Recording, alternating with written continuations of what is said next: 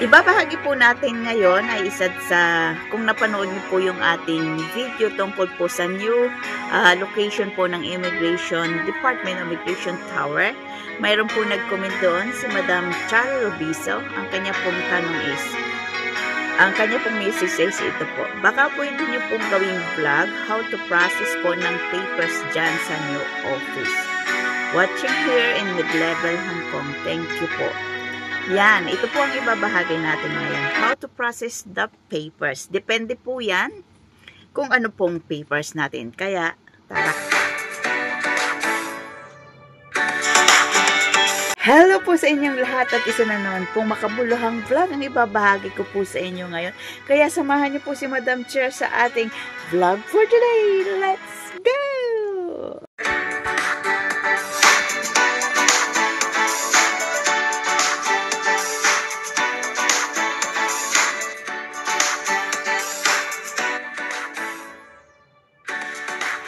Hello pong muli at para po kay Madam Charo Robiso at sa iba pa pong nagtatanong kung paano po ang pagpaprocess niya na ngayon sa bagong Immigration Department at kung anong floor po ang ating pupuntahan. Yan, ito na po.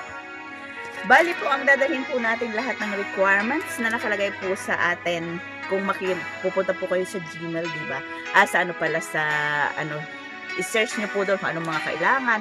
Pero ang kailangan lang po naman is yung 4 na kontrata, yung bago, na dapat ay walang erasure ang inyong mga isinulat doon. Meron po rin yung sinusulatan ng amo at ganun din po yung helper.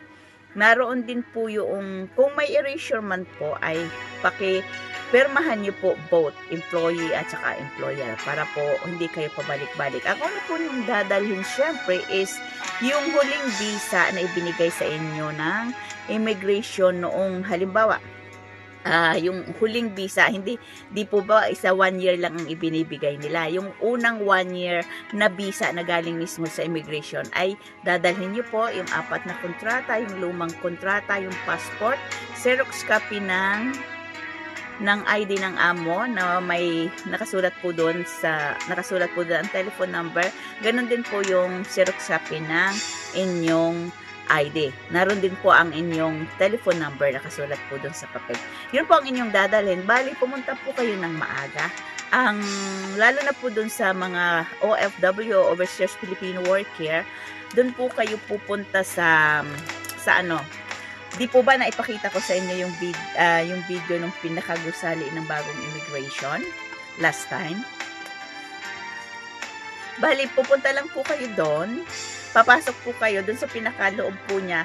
Pinakaano po siya yung ano po yung pagtatanungan mo, parang mga ng guard, na mga ano ba tawag doon, nakalimutan ko.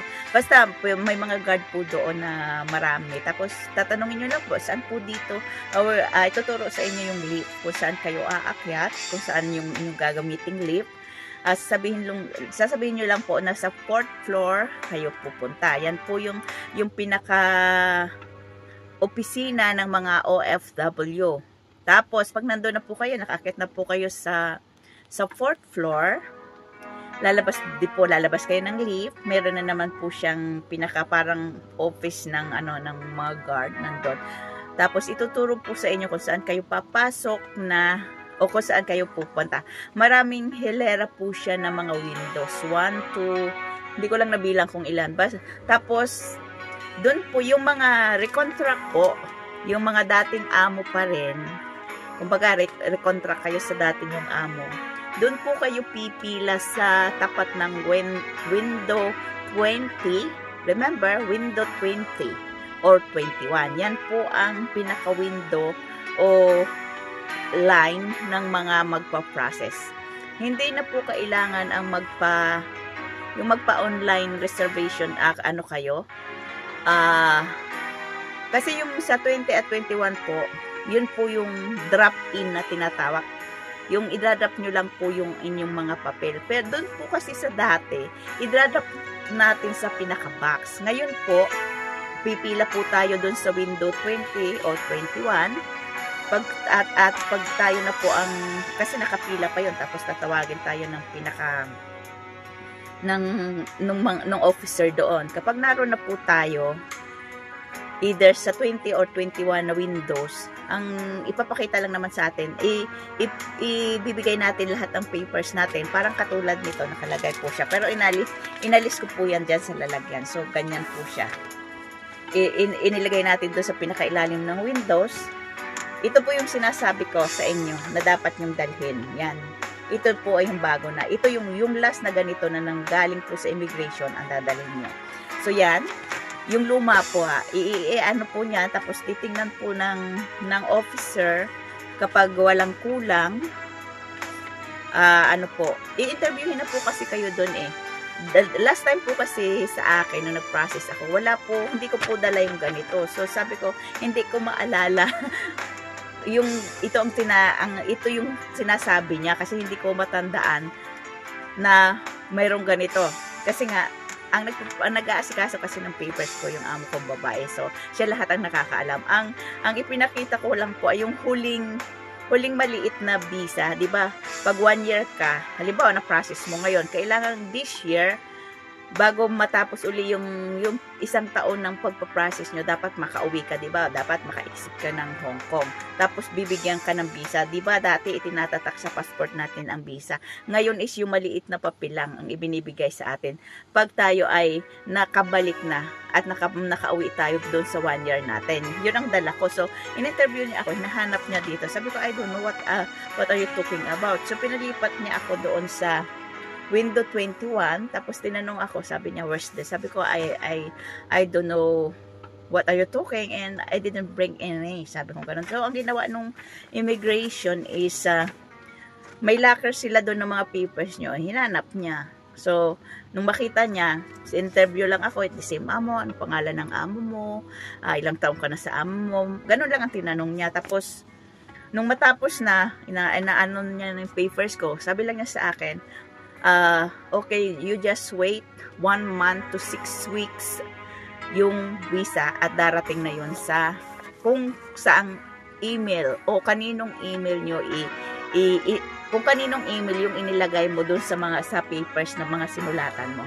So, ang sa akin kasi, dahil nga ang employer kong babae ang nag-aasikaso, ano po niya, Gmail niya po ang nakalagay doon. So, bawat transaction na matatanggap about me, lalo na sa immigration, sa kanya po ipo-forward. So, kumbaga, less hassle sa akin, less worry sa akin, kasi sa kanya nga ipapaabot. So, nung na-interview na ako about doon, na sinabi niya na just wait, yung visa, ipapadala na lang sa Gmail na inilagay dito nga sa papers na nakalagay. So, yun. Tapos, umalis na. Hindi na po katulad nung dati na, diba, idadrop box natin. Tapos, tatawagan tayo, pababalikin tayo for interview. Ngayon po, hindi na, kasama na po ang interview. Basta po, kompleto ang papers. Yun po. And then, madali lang po siya. Wala pang 30 minutes, lalo na pag maaga kayong pumunta para mas mauuna kayo kasi bihira yung iba na maaga, diba? So, mas magandang umaga kayo pumunta. So, nung matapos na yun, di umuwi na ako. Wala pa pong 30 minutes, tapos pa no yung interview. Tapos, anantay ko na lang po. Hindi po siya umabot ng, kasi ang sabi ng immigration is 1 month to 6 months, 1 month to 6 weeks na mag-aantay ka dun sa visa na ipapadala nila. Yung sa akin po is wala pa pong 1 month. Siguro mga 3 weeks pa lang dumating na po sa akin. Kasi wala dun po sa calendar na anaan po dun sa aking pagpasa sa papers. Wala pong mga public holiday. Kaya po napakadali nung pagpaprocess ng papers ko. So 3 weeks pa lang dumating na po yung sagot ng immigration. Yung ganito nga po. Ito, ipinadala po na ito sa Gmail ng aking amo. So, binayaran lang online ng amo ko doon kung magkano yung, magkano ba dito?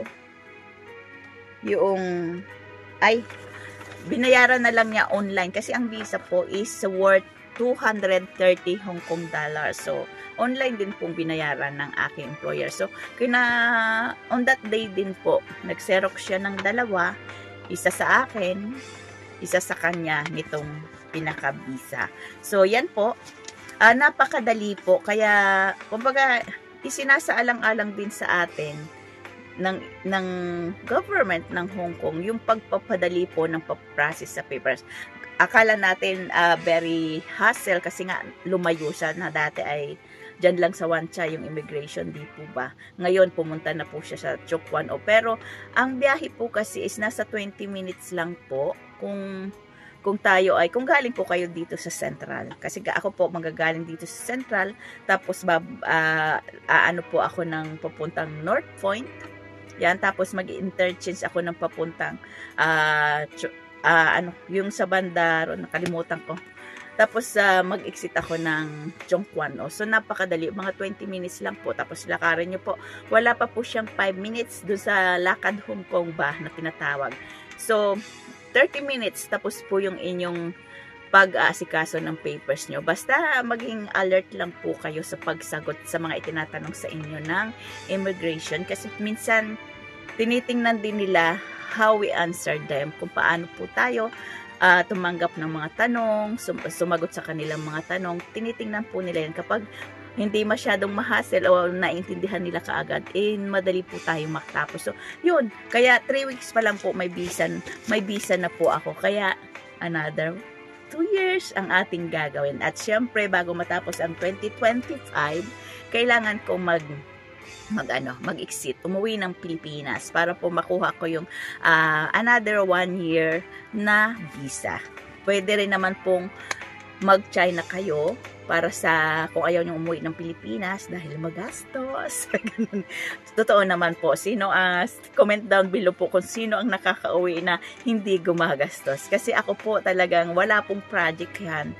Kundi yung ano lang, yung family gathering lang. Siguro mga kulang-kulang na 50K ang kailangan kong dalhin. Kaya yun. So, ganun po ang ating kailangan. Kaya, enjoy our 2 years work again here in Hong Kong. At yan. At sana po ay naunawaan nyo at naintindihan nyo, lalo na kay Madam Chari Rubiso. Thank you very much po sa inyo pong pag-comment down below dyan. At sa mga nanood po, kung mayroon pa po kayong katanungan, lalo po dito about sa Hong Kong ordinance ng mga OFW, ng mga Filipino workers, ng mga kunyang, ng mga katulong, ang mga helper, comment down below po at atin bibigyan pong kasagutan sa abot ng makakaya ni Madam Chair. Mga ka-cheer, at sana inyo pong naibigan ang ibinahagi natin ngayon at siyempre nakapulutan natin ng konting kaalaman. At thank you nga pala sa nag-comment po dyan sa baba ng ating huling vlog na ginawa kay Madam Chari Rubiso. Ito na po ang kasagutan sa inyo pong katanungan, how to process the papers. At sana inyo rin pong naibigan at kung inyo pong nagustuhan ay paki-like or love, share na rin po ng ating video at comment down below kung ano po ang inyong nais pa ng inyong malaman tungkol sa mga bagay-bagay. At iyan po ay ibabahagi sa inyo ng inyong Madam Chair at paki-subscribe na rin po, paki-follow na rin po ang Madam Chair channel at syempre, wag natin kalimutang i-hit ang notification bell para lagi kayong updated sa Madam Chair channel. See you next time. Bye for always watching.